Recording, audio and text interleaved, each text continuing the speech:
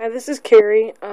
I just recently bought this little beauty from someone that listed it on Craigslist. Super excited to have her. I've named her Marguerite. Sorry, Marguerite. My son is over there playing video games, and he just reminded me that her whole name is Marguerite Needly Zoe is her name. And Marguerite was my great grandma's name, and so that's just what I used. But anyway, it is a domestic treadle sewing machine, and it, I think, dates from the early 1880s, as far as I can tell. I just think she's beautiful and in pretty darn good shape, and I think will work very well. I had to order some needles, and I don't have them yet, but I have been practicing the treadle motion in that because I've never done that before. But I was, and it's actually going quite easily, but I was very excited to find this one on Craigslist because it wasn't expensive at all. I'll tell you in a minute how much I paid for it. It's in, like I said, pretty darn good shape. The drawers and everything look really, really nice. And it came with a bunch of accessories. I should have gotten them out beforehand. I think there's 4 or 5 feet. This is a hemming foot.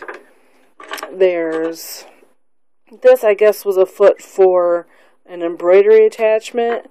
I found a manual for this online, free online, and it's super helpful. This has little grooves here that different attachments slide into. So, like this would slide into that foot. And there are, I think, 4 of these. This is the number 3 hemming foot.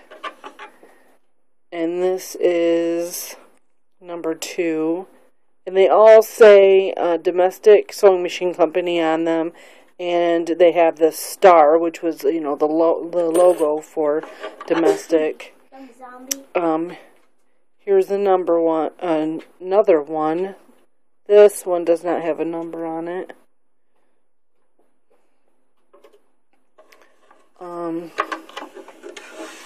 Trying to find all the little attachments in the drawer here. There's the number 4 and the number 1. So, came with all of those. Oh, plus the number 5. So, all of those, plus it came with this, which I think is what did it say, a tucker, I believe, to make tucks. Like, pin tucks, maybe? I don't really know. I don't do that sort of stuff generally, but, or ever. This is a ruffler, which I might actually use that. And I found, like I said, that manual, and that explains how to use the ruffler. This is a guide that I think I figured out how to use. Just put a screw that actually came with it too through this center part into this hole here. And then you can ride your fabric up against that for, to make sure you've got an even seam allowance. This, I don't know if this actually originally came with the machine. It was not in the manual. I don't know if it even goes to any sort of sewing machine, but this is a quilter, they called it. It goes in a hole on the arm here, the foot arm. It goes through that, and it helps you to line up rows of stitching if you're going to do like a gridded quilt look. These are a couple of foot plates. That one and this one.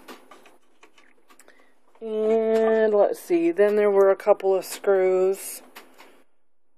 that look like they were original. If not to this machine, then to the,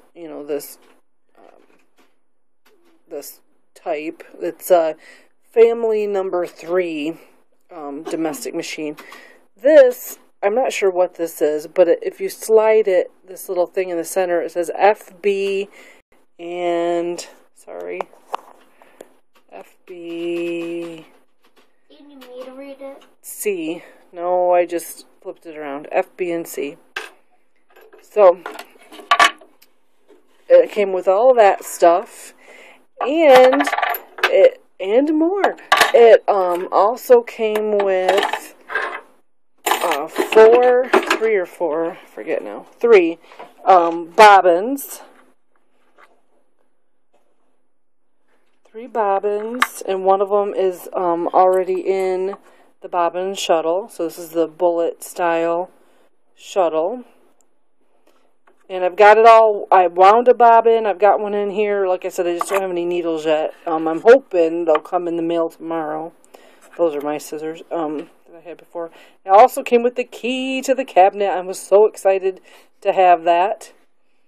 My son's laughing at me, but I was excited because that's something I think that would easily get lost. And I have been messing around with the drawers trying to get the key to work, and it works on 2 of them. The other 2 I think are just gummed up with stuff. I just have to clean them out.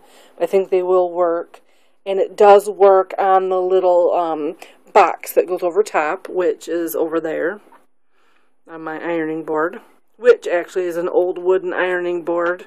You look past my trash there. That it was my grandmother's, and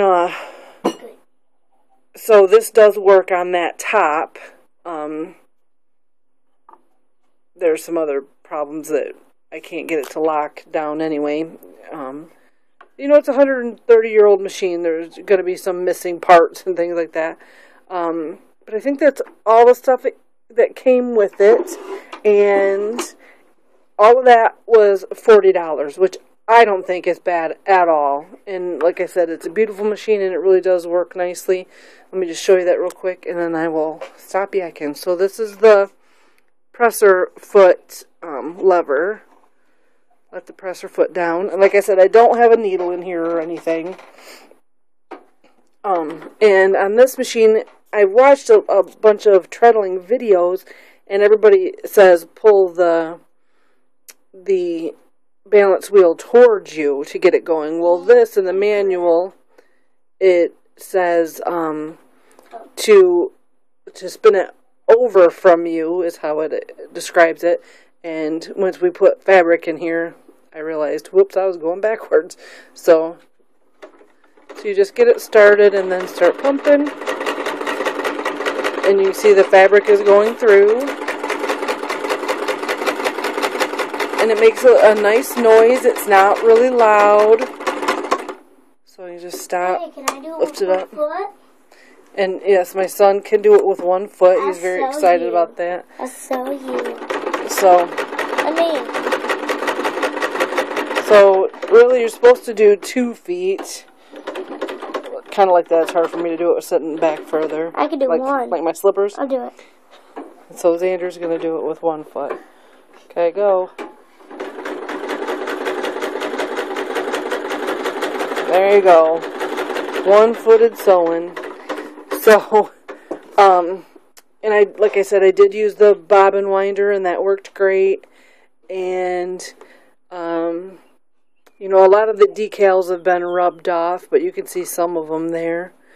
And I'm really excited about this, so let me know what you think. If you have one, or, know things about them and have information for me, that'd be great. If you know anything about the company, I'd love to know more about this company. I've looked up some stuff, but alright, I think 9.5 minutes is plenty. Thanks for watching. Bye.